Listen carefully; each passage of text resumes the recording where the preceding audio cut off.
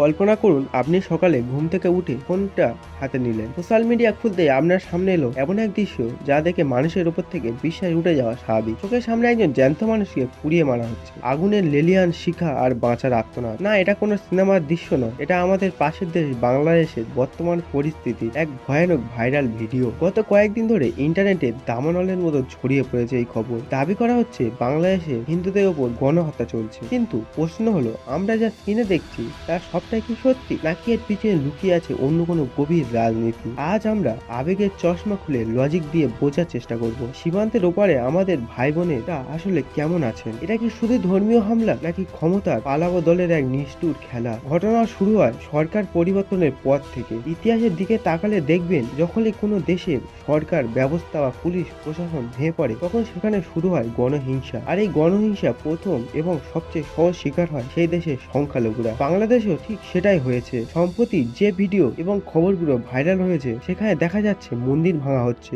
বাড়ি ঘরে আগুন লাগানো হচ্ছে এবং মানুষকে পিটিয়ে বা পুড়িয়ে মারা হচ্ছে। এটা অস্বীকার করার কোনো জায়গা নেই যে ওপারের সংগঠনগুলো এখন চরম আতঙ্কের মধ্যে দিন কাটাচ্ছে। বিশেষ করে গ্রামীণ এলাকাগুলো রাতের অন্ধকারে নামলেই নেমে আসছে অজানা ভয়। কিন্তু ধ্রুব সত্যটা জানার আমাদের মুদ্রার ওপারের পিঠটাও দেখতে হবে। যে মানুষটি পুড়িয়ে মারা হয়েছে বলে দাবি করা হচ্ছে বা যাদের ওপর হামলা হচ্ছে, সেটাকে কি শুধুই তাদের ধর্মীয় পরিচয়ের জন্য, নাকি এর সাথে জড়িয়ে আছে রাজনৈতিক আক্রোশ? কারণ আমরা দেখেছি এই ভয়ানক পরিস্থিতিতে শুধু হিন্দু নয়, অনেক মুসলিম রাজনৈতিক নেতার বাড়িতেও আগুন দেওয়া হয়েছে, তাদেরও হত্যা করা হয়েছে। দুষ্কৃতীদের বা দাঙ্গাবাজদের আসলে কোনো ধর্ম হয় না, তাদের পরিচয় শুধুই অপরাধী। তারা সুযোগের অপেক্ষায় থাকে কখন গণহিংসা তৈরি হবে এবং তারা লুটপাট চালাবে। তবে অন্ধকারের মধ্যেও কিছু আলোর রেখা থাকে। আমরা এটাও দেখেছি যে যখন প্রশাসন ছিল না, তখন বাংলাদেশের সাধারণ ছাত্ররা এবং মুসলিম প্রতিবেশীরা রাত জেগে মন্দির পাহারা দিয়েছেন। মাইকিং করে বলা হয়েছে সংখ্যালঘুরা আমাদের আপনজন, তাদের রক্ষা করতে হবে।